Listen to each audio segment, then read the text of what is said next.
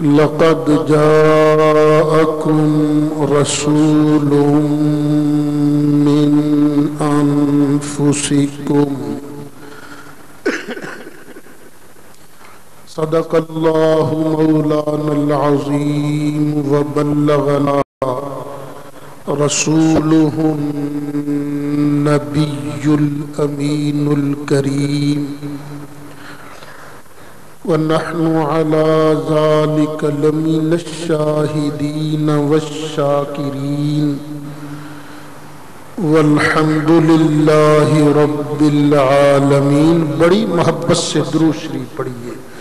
اللهم صل على سيدنا ومولانا محمد وعلى آل سيدنا ومولانا محمد وبارك وسلم وصلي عليه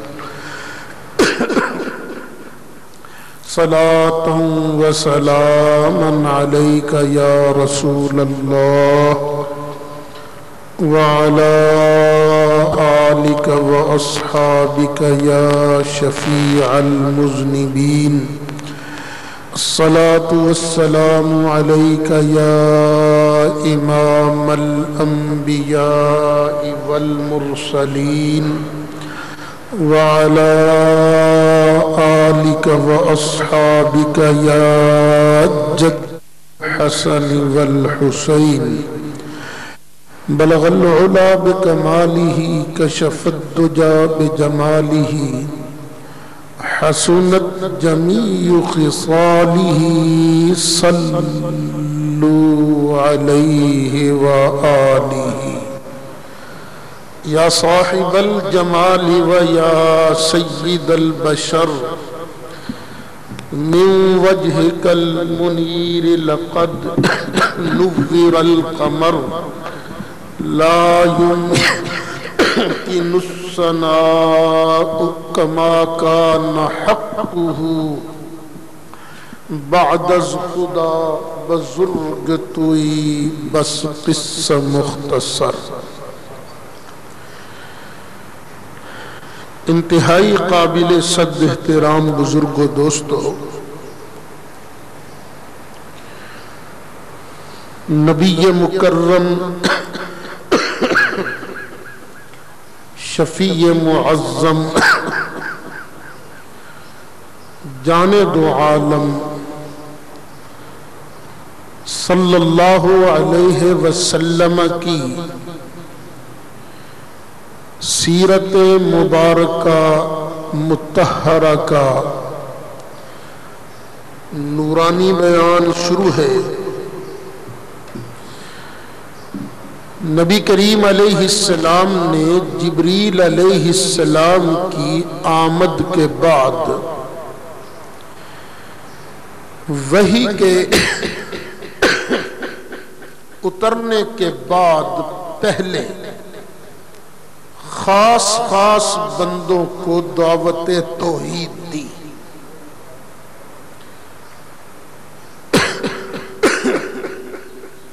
ان میں سے جو مسلمان ہوئے ان میں سے چند کی تفصیل پچھلے جمعہ کے خطبات میں بیان کرتا رہا ہوں۔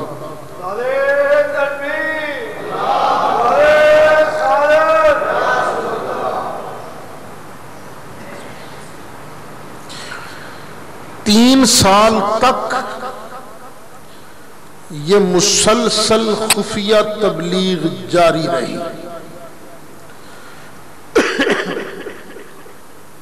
پھر اللہ تعالیٰ کا ارشاد آیا، فَاصْدَعْ بِمَا تُؤْمَرُ وَأَعْرِضْ عَنِ الْمُشْرِكِينَ۔ پیارے محبوب، جو آپ کو حکم دیا جاتا ہے وہ کھول کھول کر بیان کر دیجئے۔ اب اسے چھپا چھپا کر بیان نہ کیجئے، بلکہ آپ کی طرف جو پیغام آتا ہے وہ کھول کھول کر سنائیے۔ نبی کریم علیہ السلام سوچ میں تھے کہ اس دعوت عامہ کا آغاز کہاں سے کریں، یہ کھلم کھلا تبلیغ کہاں سے شروع کریں۔ خود اللہ کریم نے آرڈر فرمایا وَأَنذِرْ عَشِيرَتَكَ الْأَقْرَبِينَ۔ پیارے، جو تیری برادری کے لوگ ہیں نا، تیرے قریبی رشتہ دار، ان کو بلا اور ان کو اللہ کے عذاب سے ڈرا۔ نبی کریم علیہ السلام نے اپنے دادا جان حضرت عبد المطلب کی اولاد کو اکٹھا کر لیا، چچے، چچیاں، پھوپھیاں، پھوپھے، یہ سارے نبی کریم علیہ السلام نے جمع کیے دعوت پر۔ اللہ کی شان، کھانا تھوڑا پکا تھا،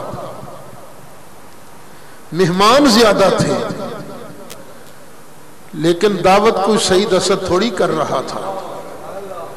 دعوت آپ تو نہیں کر رہے تھے، دعوت تو کر رہے تھے اللہ کے خزانوں کو بانٹنے والے۔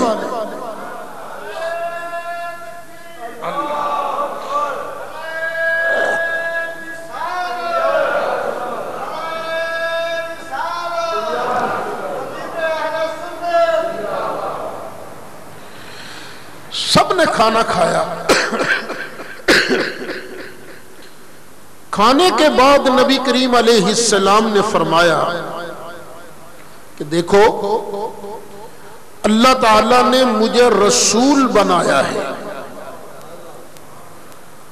اور مجھے حکم دیا ہے کہ اپنے خاندان والوں کو سمجھاؤں، انہیں ڈراؤں۔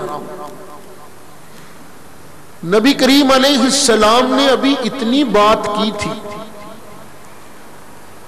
کہ وہ بدبخت ازلی ابو لہب تڑپ اٹھا، آگ بگولا ہو گیا، بک بک کرنے لگا۔ اس کی بک بک کی وجہ سے اور بات نہ ہو سکی، محفل برخاست ہو گئی۔ چند دنوں کے بعد جبریل پھر آ گئے، آقا ایک بار اور ان کی دعوت کیجیے، ایک بار اور اپنے خاندان والوں کو ڈرائیے۔ نبی کریم علیہ السلام نے دوبارہ دعوت فرمائی اور بڑے درد بھرے انداز میں نبی کریم علیہ السلام نے فرمایا، دیکھو اللہ کی قسم جس کے سوا کوئی معبود نہیں، میں اللہ کا سچا رسول ہوں، مجھے اللہ نے خاص طور پر تمہاری طرف بھیجا ہے اور عام طور پر باقی ساری کائنات کی طرف۔ دیکھو، جس طرح تم یہاں آج سوتے ہو نا، اور جس طرح تم یہاں جاگتے ہو، اسی طرح ایک دن تم مر جاؤ گے، سوتے کے سوتے رہ جاؤ گے۔ پھر جس طرح تم جاگتے ہو، اسی طرح قیامت کے دن تمہیں اللہ تعالیٰ اٹھائے گا، جگائے گا۔ وہاں تم سے حساب لیا جائے گا دنیا کا۔ اگر تم نے یہاں اچھے کام کیے، مجھے مانا، تو تم جنت میں جاؤ گے، اور اگر تم نے مجھے نہ مانا، برے برے کام کیے، تو خدا کی قسم تمہیں ہمیشہ ہمیشہ کے لیے جہنم میں ڈالا جائے گا۔ دیکھو اے اولاد عبد المطلب، مجھے اللہ کی قسم ہے، میں جتنا کچھ تمہارے لیے لے کے آیا ہوں، اتنا اور کبھی کوئی نہیں لایا۔ میں تو تمہارے لیے دنیا کی بھلائیاں بھی لے کے آیا ہوں، آخرت کی بھلائیاں بھی لے کے آیا ہوں۔ نبی کریم علیہ السلام نے جب یہ ارشاد فرمایا، ابو لہب پھر ٹوں ٹوں کرنے لگا، پھر بک بک کرنے لگا، اپنے بھائیوں اور بہنوں سے کہنے لگا اے عبد المطلب کی اولاد، یہ محمد صلی اللہ علیہ وسلم بڑی بری باتیں کر رہا ہے، اس کو ان باتوں سے روکو۔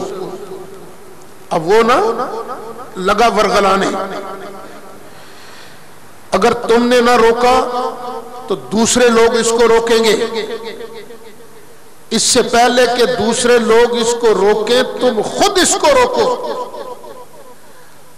اگر لوگ اس کے خلاف اٹھ کھڑے ہوئے، کیونکہ یہ ان کے خداؤں بتوں کو برا بھلا کہتا ہے، جب لوگ کھڑے ہو جائیں گے اس کے خلاف تلواریں لے کر، تم کیا کرو گے؟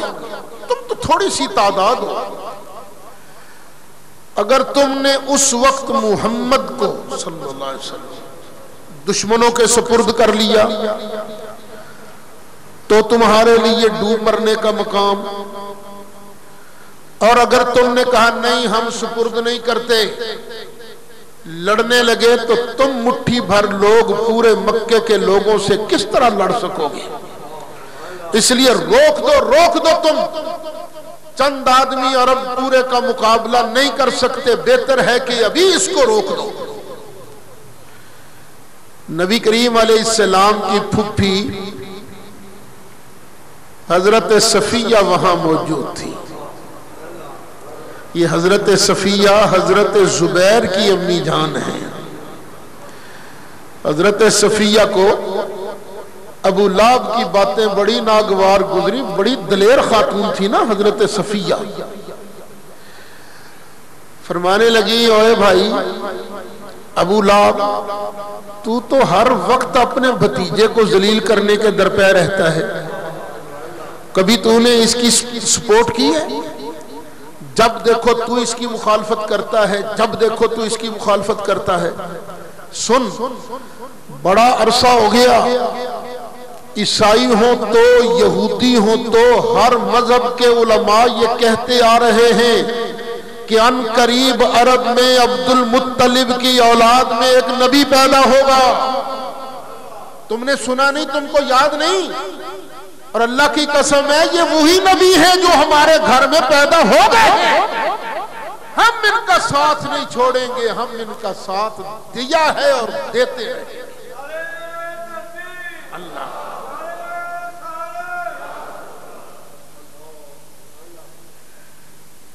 جناب ابو طالب نے بھی کہا کہ دیکھو جب تک ہماری جان کے اندر سانس ہے، ہم آخری سانس تک اس کا ساتھ دیتے رہیں گے، دفاع کرتے رہیں گے۔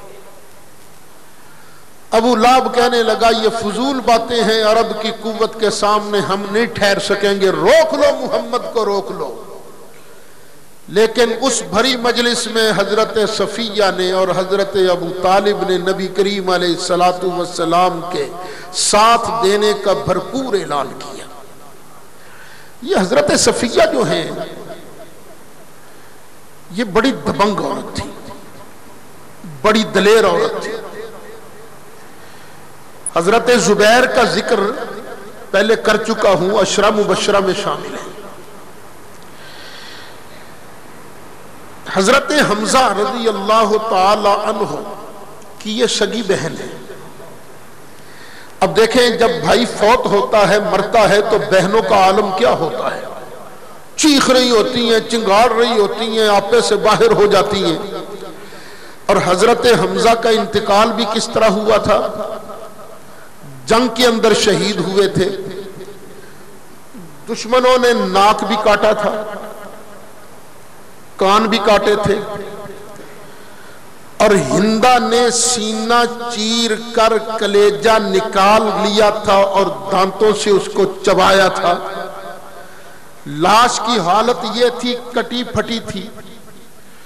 اب کوئی بہن اس کو دیکھنا گوارا کر سکتی ہے؟ نہیں دیکھنا گوارا کر سکتی۔ حضرت صفیہ حضرت حمزہ کی لاش دیکھنے کے لیے آئیں تو نبی کریم علیہ السلام نے حضرت زبیر سے کہا زبیر اپنی ماں کو روکو اپنی ماں کو، برداشت نہیں کر سکے گی۔ لیکن پتہ انہوں نے کیا کہا؟ انہوں نے کہا مجھے پتہ ہے میرے بھائی کا ناک کاٹ دیا گیا ہے، مجھے پتہ ہے کان کاٹ دیا گیا ہے، مجھے پتہ ہے ان کی لاش کٹی پھٹی ہے، لیکن اللہ کی قسم ہے میں بھی عبد المطلب کی بیٹی ہوں، صبر کر کے دکھاؤں گی۔ سرکار کی بارگاہ میں جب یہ عرض کی گئی تو سرکار نے فرمایا اچھا انہیں دیکھنے دو۔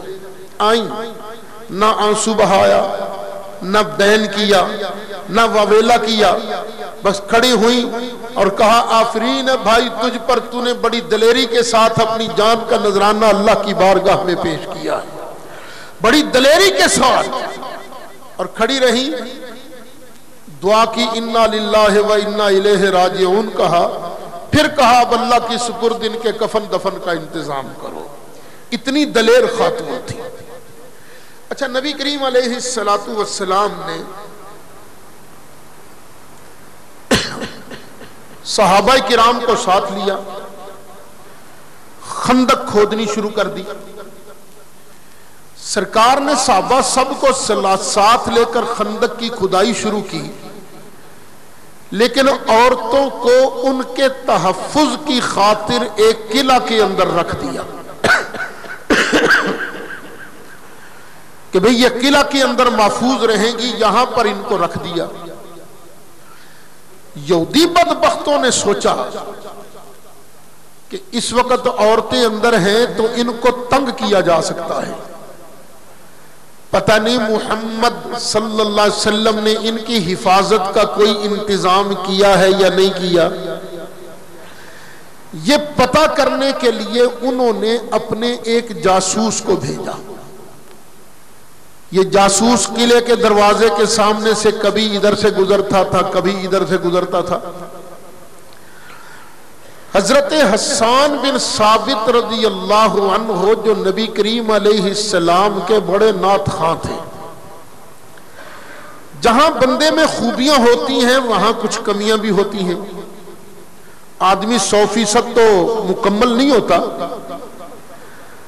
نعت خواں بڑے عمدہ تھے، شعر بڑے شاندار کہا کرتے تھے، زبانی تیر چلانے میں ان کا ثانی نہ تھا، لیکن لڑنے بھیڑنے والے نہیں تھے، لڑائی بڑائی میں مار کٹائی میں پیچھے ہی رہتے تھے، آگے نہیں جاتے تھے۔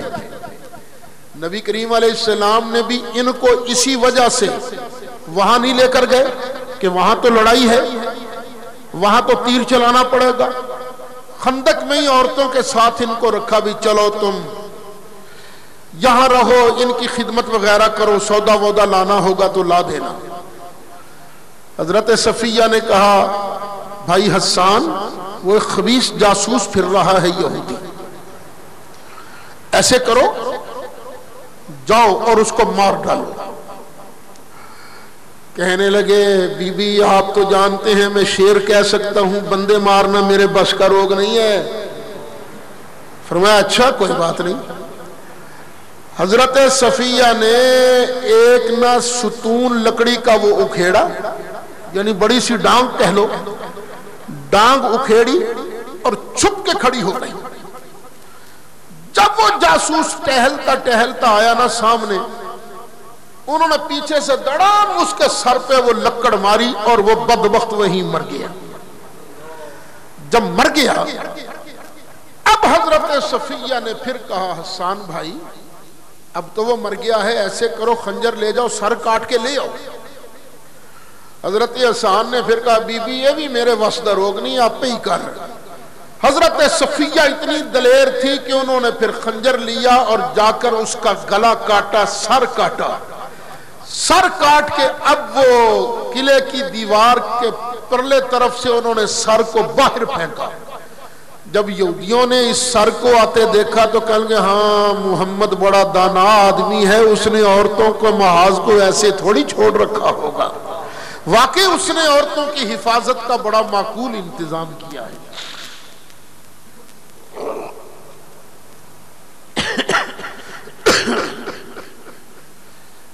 خیر نبی کریم علیہ السلام نے اپنی اپنی برادری کو اللہ کا پیغام سنایا، ڈرایا، پھر وہ اللہ کا آرڈر تو آ چکا تھا نا، فَاصْدَعْ بِمَا تُؤْمَرُ وَأَعْرِضْ عَنِ الْمُشْرِكِينَ۔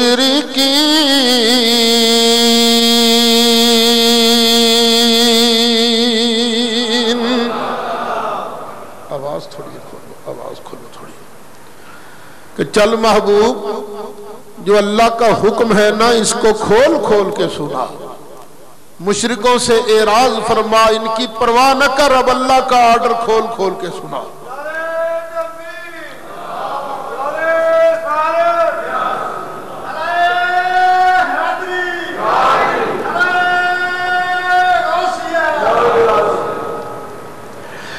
نبی کریم علیہ السلام ایک دن صفا پہاڑی پر چڑھ گئے، کھلم کھلا دعوت دینے کا موقع آیا، آواز دی یا معشر قریش، یا معشر قریش، اوے قریشیو، اوے قریشیو، آؤ میری بات سنو۔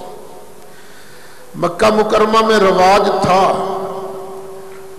کہ جب کوئی آدمی کوئی خاص بات کرنا چاہتا تو وہ پہاڑی پر چڑھ کر صدا لگایا کرتا تھا، مکے والے آ جایا کرتے تھے۔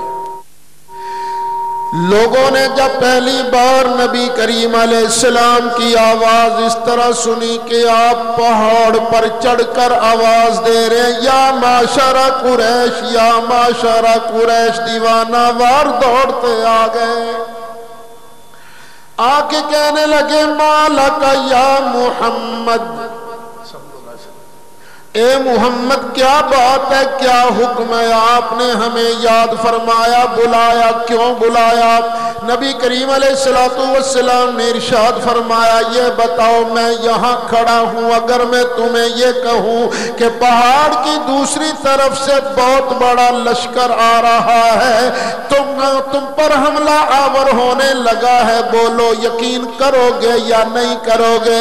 سارے بولے، کہنے لگے اے محمد واقعی تیری بات کو مان لیں گے، تیری بات پر یقین کریں گے، اس لیے کہ آج تک ہم نے تیری زبان سے جھوٹ نہیں سنا، آج تک ہم نے تیری بات سے، تیری زبان سے غلط بات نہیں سنی۔ ایک دوسرا، تو پہاڑ کی اوپر والی چوٹی پر کھڑا ہے، جس طرح تو ادھر دیکھ رہا ہے اسی طرح دوسری طرف بھی دیکھ رہا ہے، چونکہ تو سچا بھی ہے، اوپر والی چوٹی پر بھی کھڑا ہے، اس لیے ہم مان لیں گے واقعی تو اپنی آنکھوں سے دیکھ کے بیان کر رہا ہے۔ جب سب نے نبی کریم علیہ السلام کی صداقت کی گواہی دی، ہم نے آج تک آپ کو جھوٹ بولتے نہیں دیکھا، اب نبی کریم علیہ السلام نے ارشاد فرمایا، نام لے لے کے فرمایا، قریش کی ہر شاخ کا نام لے کے فرمایا، اوے بنو ہاشم، اوے بنو عدی، اوے بنو تیم، ایک ایک برادری کا نام لے کے فرمانے لگے، دیکھو جس طرح میں یہاں اوپر کھڑا ہوں دیکھ رہا ہوں ادھر بھی، اسی طرح اللہ تعالیٰ نے مجھے نبوت کے بلند مقام پر بھی فائز فرما دیا ہے، میں ادھر بھی دیکھتا ہوں ادھر بھی دیکھتا ہوں، اللہ نے مجھے رسول بنا کے بھیجا ہے، اگر تم مجھے مان لو گے بچ جاؤ گے، اگر تم نے مجھے نہ مانا تو پھر میں تمہیں اللہ کے سخت عذاب سے ڈرا رہا ہوں، لا الہ الا اللہ کہو گے بچ جاؤ گے، اگر تم نے لا الہ الا اللہ نہ کہا تو یاد کر لینا نہ میں تمہیں نفع دوں گا، نہ تمہیں آخرت میں فائدہ پہنچاؤں گا۔ اللہ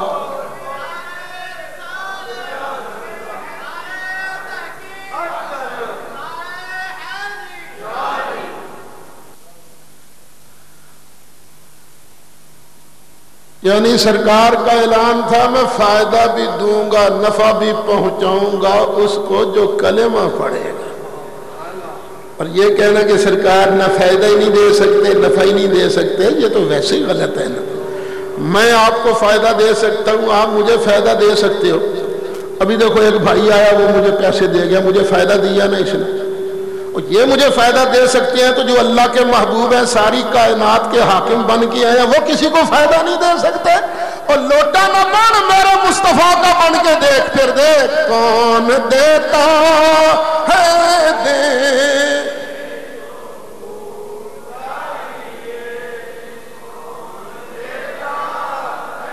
دینے کو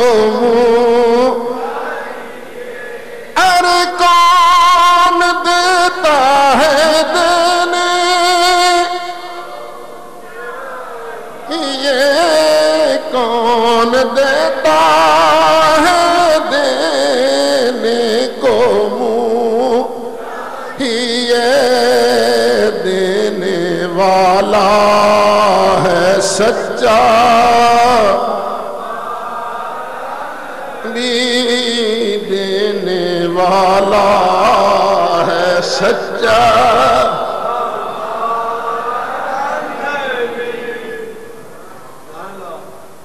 ابو لہب یہاں بھی پہنچا ہوا تھا. اس نے جب یہ بات سنی پھر نہ رہ سکا, کہنے لگا تبا لکا. اس کا لفظی ترجمہ ہے تیرا ہاتھ ٹوٹ جائے, مطلب ہے تیرا بیڑا غرق. توبہ. سرکار کو کہنے لگا تبا لکا لہذا دعوتنا, اس مقصد کے لیے تو نے ہمیں جمع کیا تھا, اس مقصد کے لیے تو نے آواز دی تھی, تیرا بیڑا غرق, تیرا ہاتھ ٹوٹ جائے. توبہ توبہ. سرکار تو رحمت للعالمین ہے نا, سرکار نے تو جواب نہیں دیا. لیکن میں اکثر ایک بات کہا کرتا ہوں, اور کوئی زرداری کو برا کہے نا تو اس کے چمچے جواب دیتے ہیں, نواز شریف کو کوئی برا کہے نا تو اس کے جیالے اس کے متوالے جواب دیتے ہیں. لیکن جب مصطفیٰ کو کوئی برا کہتا تھا اللہ خود جواب دیتا تھا. اللہ تعالیٰ نے پوری سورت نازل فرمائی تبت یدا ابی لہب وتب. دیکھو انداز کیا, اس نے کہا تھا تیرا ایک ہاتھ ٹوٹ جائے تبا لکا, اللہ نے فرمایا تیرے دونوں ٹوٹ جائے. تیرا بیڑا غرق, تو میرے محبوب کو کہتا ہے, تو میرے محبوب کو کہتا ہے.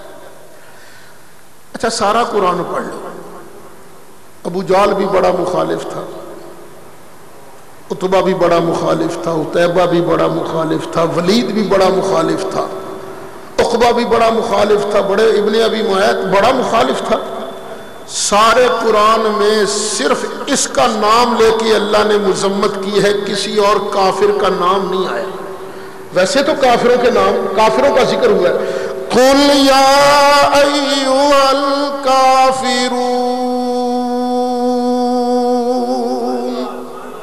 محبوب کہے ہو کافر, لیکن نام صرف اس بے ایمان کا ہے, کسی اور کا نام نہیں. تبت یدا ابی لہب وتب ما اغنی عنہ مالہ وما کسب سیصلی نارا ذات لہب وامرأتہ حمالۃ الحطب فی جیدہا حبل مسد. گویا اللہ تعالیٰ کی طرف سے اعلان ہے دنیا والوں, میں اللہ تعالیٰ کو جتنی سخت, جتنا برا مجھے گستاخ لگتا ہے اتنا برا لگتا کوئی نہیں. میں اللہ اپنے محبوب کے گستاخ کو خود جواب دیتے ہوئے کہتا ہوں ابو لہب تیرے دونوں ٹوٹ جان, بیڑا ہی غرق ہو جائے. اور ساتھ فرمایا وہ تب, اور بیڑا غرق ہو گیا. قیامت کا دن آئے گا نا, تجھے ذرہ یہ مال فائدہ نہیں دے گا, اولاد فائدہ نہیں دے گی, اور میرا مصطفیٰ جو ہے نا بازو سے پکڑ پکڑ کر غلاموں کو جنت کے اندر لے کے جائے گا. خیر نبی کریم علیہ السلام نے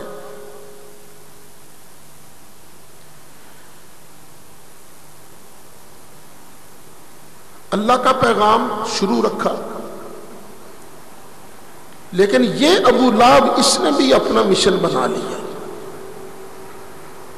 یہ بھی نبی کریم علیہ السلام کی مخالفت پہ مخالفت کرتا. نعرہ تکبیر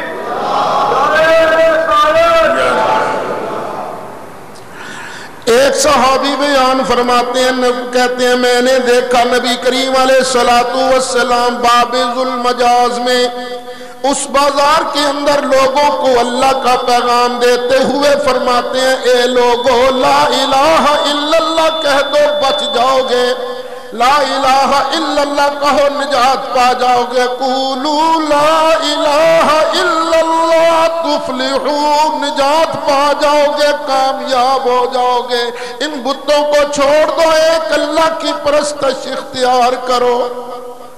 حضرت وہ صحابی فرماتے ہیں سرکار بلائے جا رہے ہیں، آواز دیے جا رہے ہیں، ایک آدمی پیچھے وہ کہتا ہے خبردار یہ بے دین ہے، یہ جھوٹا ہے، اس کی باتوں میں کہیں آ کے اپنا دین نہ گوا دینا، سرکار دعوت دے رہے ہیں اور یہ پیچھے جھوٹا کہہ رہے ہیں۔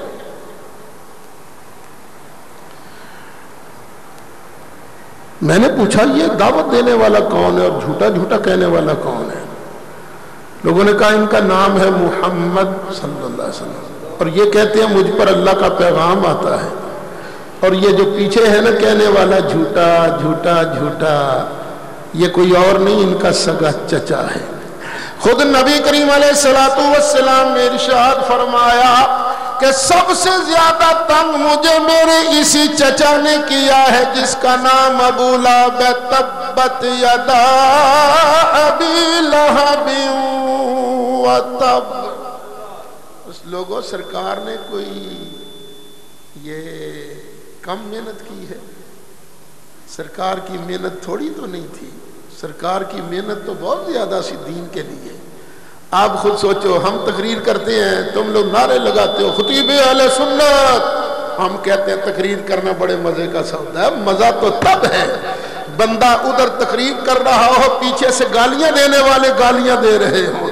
میرے نبی کریم علیہ السلام نے اس طرح بھی تبلیغ فرمائی، کبھی صحابہ کے جرمن میں تبلیغ فرمائی، کبھی پیچھے گالیاں پڑ رہی ہوتی، لیکن نبی کریم علیہ السلام اللہ کا پیغام دینے سے باز نہیں آتے تھے۔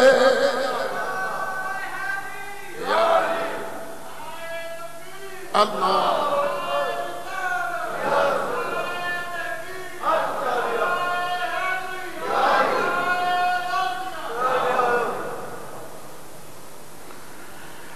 یہی حال ابو جہل کا تھا۔ ابو جہل بھی سرکار کو بڑا تنگ کرتا تھا، وہ کم تھوڑی تھا، ابو جہل بھی بڑا تنگ کرتا تھا سرکار کو۔ ایک دن بیٹھا بڑھ کے مار رہا تھا، اوے آنے دو کل محمد کو، وہ یہاں کعبے میں آن کے نماز پڑھتا ہے، سجدے کرتا ہے، اللہ کو سجدے کرتا ہے، کل جب وہ سجدے میں جائے گا نا تو میں ایک پتھر لے کر سر پر زور سے ماروں گا، اس کا سر کچل کے رکھ دوں گا۔ ابو جہل نے بڑکیں ماری، اپنے دوستوں کو کہا۔ دوسرے دن ایک بڑا سا پتھر لے کے نہ بیٹھ گیا کہ ابھی سرکار آئیں گے، نماز پڑھیں گے تو میں آج ان کا تیا پانچا کر دوں گا۔ مان تھا نا میرے پیچھے جتھا بڑا ہے، یہ بنو ہاشم والی برادری تھوڑی سی برادری ہے، یہ میرا مقابلہ کیا کر سکے گی؟ پر اس بدبخت کو پتہ نہیں تھا کہ برادری خواہ تھوڑی ہے لیکن سب سے بڑی ذات اللہ کی پیارے محبوب کے ساتھ ہے۔ نبی کریم علیہ السلام تشریف لائے، حسب معمول نماز ادا فرمانی شروع کی، قیام فرمایا، رکوع چلے گئے، سجدے چلے گئے۔ ابو جہل نے پتھر اٹھا لیا سرکار کے سر کو کچلنے کے لیے، لیکن جب قریب پہنچا تو یک لخت پیچھے کی طرف بھاگ اٹھا، پتھر چھوڑ دیا، لوگ رنگ فک ہو گیا، خوف کی وجہ سے تھر تھرا کے کانپنے لگا، بھاگ گیا۔ لوگوں نے کہا تمہیں کیا ہوا؟ تیرا بیڑا غرق بڑی بڑھ کے مار رہا تھا، تو نے پتھر سے سر کچلا کیوں نہیں؟ کہنے لگا جب میں قریب گیا تو میں نے دیکھا ایک بہت بڑا اونٹ اپنا جبڑا کھولے مجھ پر حملہ آور ہونے کو ہے، اگر میں ذرا بھی آگے جاتا تو وہ اونٹ مجھے کھا جاتا۔ اس کی ڈراؤنی شکل دیکھ کے میں واپس بھاگ آیا۔ اللہ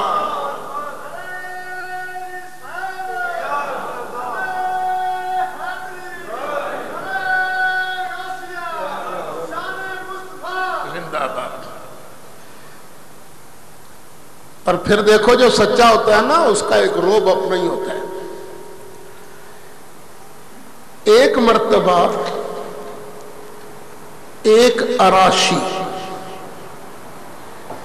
برادری تھی، ایک اراش کی، اراش برادری. اس برادری کا بندہ کوئی سامان لے کے آیا، ابو جال نے اس سے سامان خرید تو لیا لیکن پیسے دینے سے مکر گیا. جاؤ جاؤ میں پیسے نہیں دینا، جاؤ جاؤ پیسے نہیں دینا.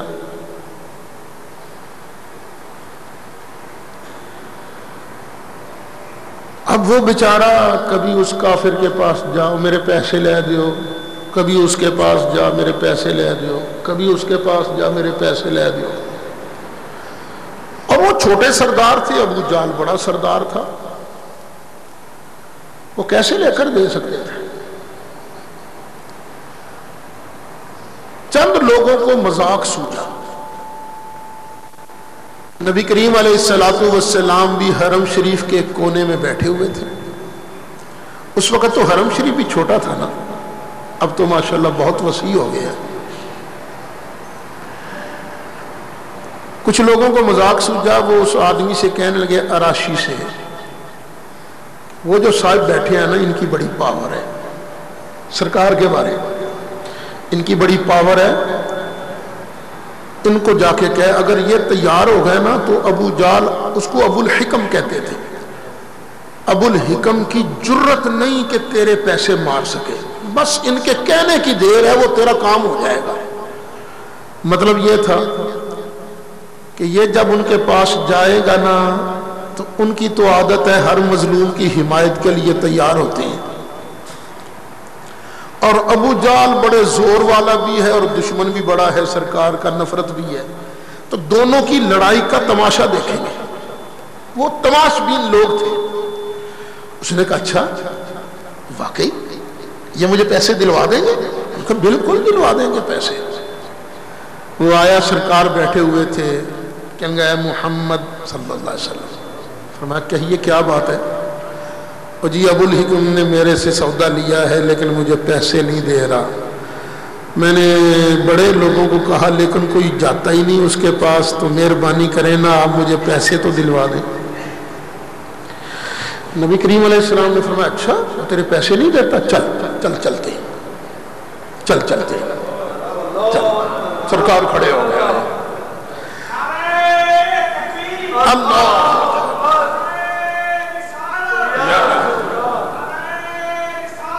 یا رسول اللہ. سرکار نے فرمایا چل چلتے. سیدھے سرکار ابو جال کے گھر. اور وہ جو لوگ تھے نا وہ تماش بین، انہوں نے بھی ایک بندہ پیچھے کیا، جا جو تماشا بنے گا نا ادھر ہمیں آن کے بتانا. سرکار نے جاتے ہی دروازے پر دستک دی. اندر سے آواز آئی، من کون؟ سرکار نے فرمایا محمد صلی اللہ علیہ وسلم. فٹ آیا بھاگتا ہوا. اس نے آتے ہی دروازہ کھولا، رنگ اڑا ہوا تھا. کہوں جناب حکم. فرمایا تو نے اس کے پیسے دینے؟ جی دینے. جلدی کرو دو اس کے پیسے. جی آپ ذرا 2 منٹ ٹھہرے، میں ابھی پیسے لا کر دیتا ہوں. کانپتا کانپتا اندر گیا، پیسے لا کے دیے. کہیں گے جی اور کچھ حکم؟ سرکار نے فرمایا بس پیسے دیا کرو لوگوں کے. وہ آدمی بڑا خوش تھا، کہنے لگا واہ بھی بڑی کمال رہنمائی کی ان لوگوں نے. اب وہ شکریہ ادا کرنے کے لیے ان تماش بینوں کے پاس آ گیا. وہ اراشی آ کے کہنے لگا تمہاری بڑی مہربانی، تم نے واقعی ایسے بندے کا نام لیا جس بندے کے سامنے ابو الحکم چوں بھی نہیں کر سکا. بس انہوں نے جاتے دروازہ کھٹکھٹایا، دستک دی، آگے سے آواز آئی کون؟ انہوں نے فرمایا میں محمد. وہ بھاگتا بھاگتا آیا، رنگ اڑا ہوا تھا. اس نے دروازہ کھول کے کہا جناب حکم فرمایا اس کے پیسے دے دو. کہنے لگا جناب میں ابھی آیا. بعد میں انہوں نے دبکایا بھی پیسے، جب مجھے مل گیا تمہارا بہت شکریہ. وہ سارے ہکا بکا رہ گئے. ابو جال جب آیا کہنے لگے اے ابو الحکم تیرا بیڑا غرق، تو نے تو ناک ہی کٹوا دی. تو محمد کا بڑا مخالف بنا پھرتا تھا لیکن تجھ سے بنا کیا. کہنے لگا میں کرتا کیا؟ جب ان کی آواز آئی تو کلیجے پر لگی.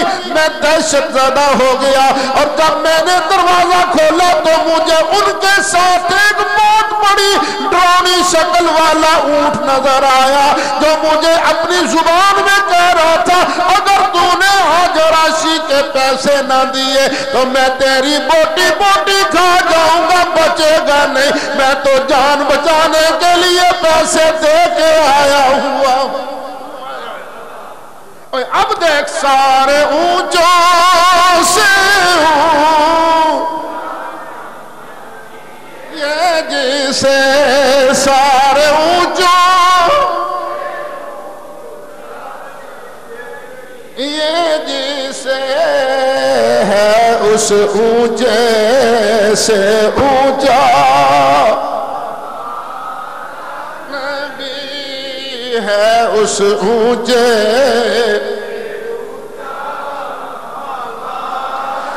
نبی سب سے اولا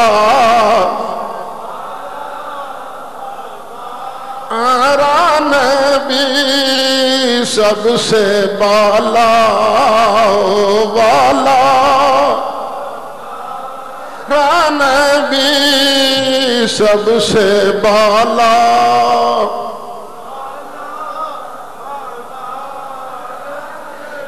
خلق سے اولیاء اولیاء سے رسول خلق سے اولیاء سے رسول اور رسولوں سے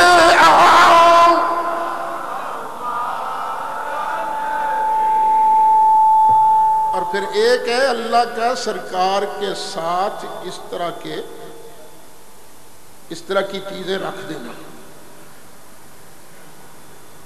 ابو جہل نے ایک مرتبہ اور قسم کھا لی، میں آج نا جب جائے گا نا سجدے میں تو میں اس کی گردن پر پاؤں رکھوں گا، دیکھوں گا کیسے سر اٹھاتا ہے۔ اور یہ بڑھ کے مار رہا تھا اللہ کے محبوب کے بارے میں۔ سرکار سجدے میں گئے، پاؤں رکھنا تو درکنار، وہ تو قریب بھی نہیں جا سکا۔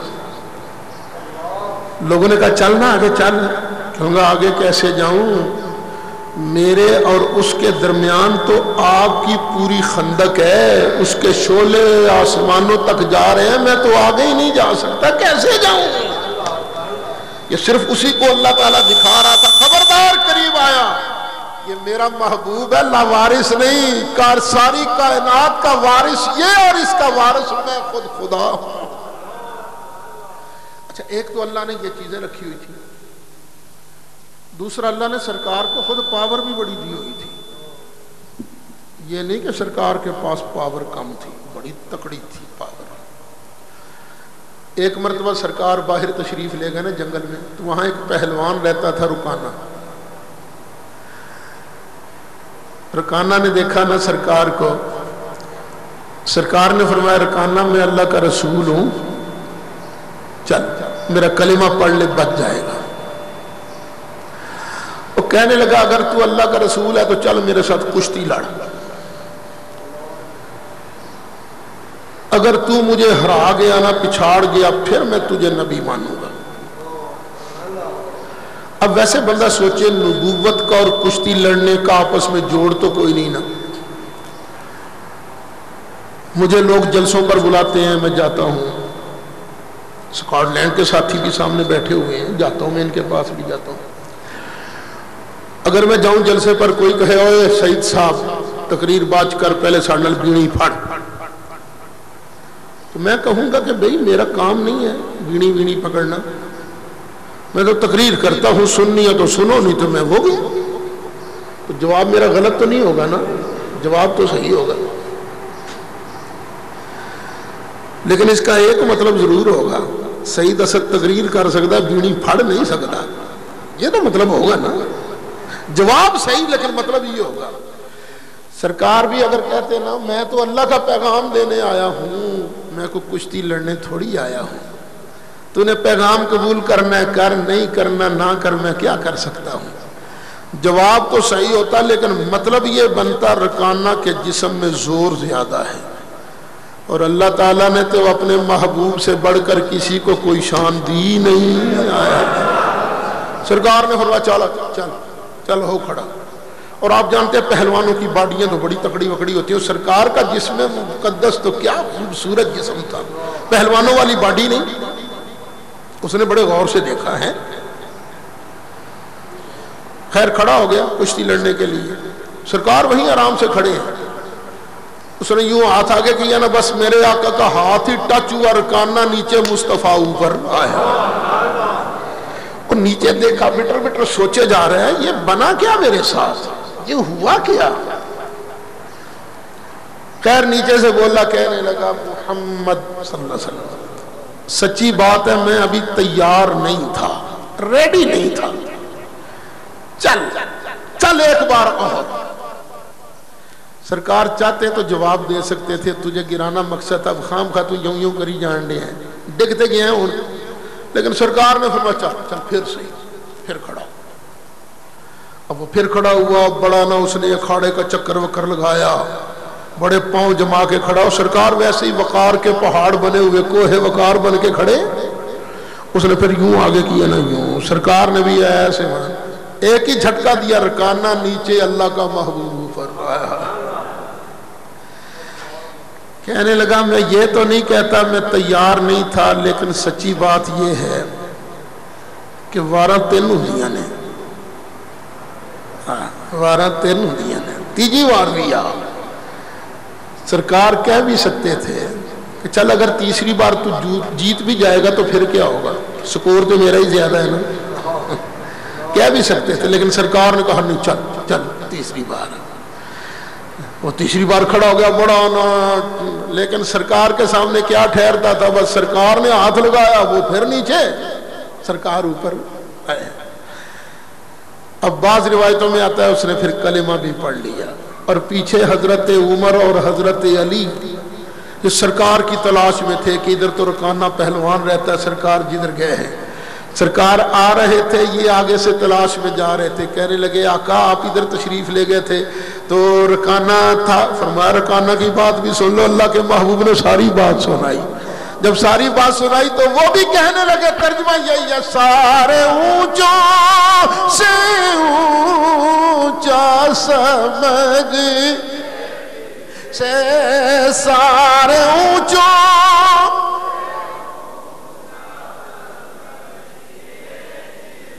ارے سارے اونچوں سے اونچا سمجھئے جسے، سارے اونچوں سے اونچا سمجھئے جسے، اس اونچے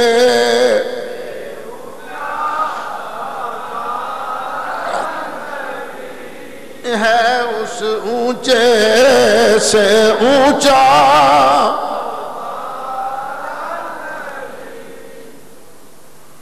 وآخر دعوانا ان الحمدللہ رب العالمین۔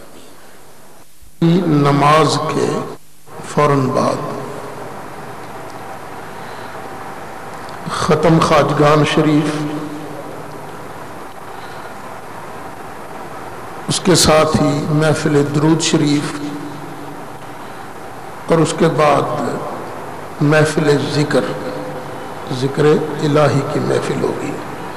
یہ تین کام ہوں گے تقریباً 40-45 منٹ کے دورانیے میں۔ پہلے ختم خواجگان شریف پڑھا جائے گا، پھر درود شریف پڑھا جائے گا، اور اس کے بعد ذکر الہی کی محفل ہوگی۔ اور خاص بات یہ ہے کہ اگر اللہ تعالیٰ کو منظور ہوا تو قبلہ حضرت صاحب بھی تشریف لائیں گے۔ ویسے جتنی طبیعت ہوگی 5 منٹ 10 منٹ یا پوری محفل بیٹھے رہیں، جتنی طبیعت ان کی مانے گی انشاءاللہ وہ بھی تشریف لائیں گے۔ زیارت بھی کیجئے گا اور اس درود شریف کی محفل میں شریک بھی ہو۔ ایک دعا خاص فرمائیے کہ اللہ تعالیٰ ان کا سایہ عاطفت ہمارے سروں پر صحت اور سلامتی کے ساتھ سلامت رکھے۔ بائی پاس آپریشن کے بعد یہ پہلی محفل ہوگی جس میں وہ کسی محفل میں تشریف لائیں گے۔ 12 ربیع الاول شریف کو جلوس میں تھے، لیکن جلوس میں وہ گاڑی میں بیٹھے رہے، نیچے نہیں اتارا گیا ان کو، کہیں کو دھکا وکا نہ لگ جائے، تکلیف نہ ہو جائے، لیکن آج انشاءاللہ وہ تشریف لائیں گے یہاں۔ تو آپ سے بھی گزارش ہے کہ صرف زیارت ہی کیجئے گا، مصافحہ وغیرہ کرنے کی کوشش نہ فرمائیے، کیونکہ سب سے مقدم چیز تو ان کی اپنی صحت ہے نا۔ تو اللہ تعالیٰ آپ کو سلامت رکھے۔ آؤ بیٹا آؤ، نعت سناؤ، چلو جی پڑھ نعت بھی۔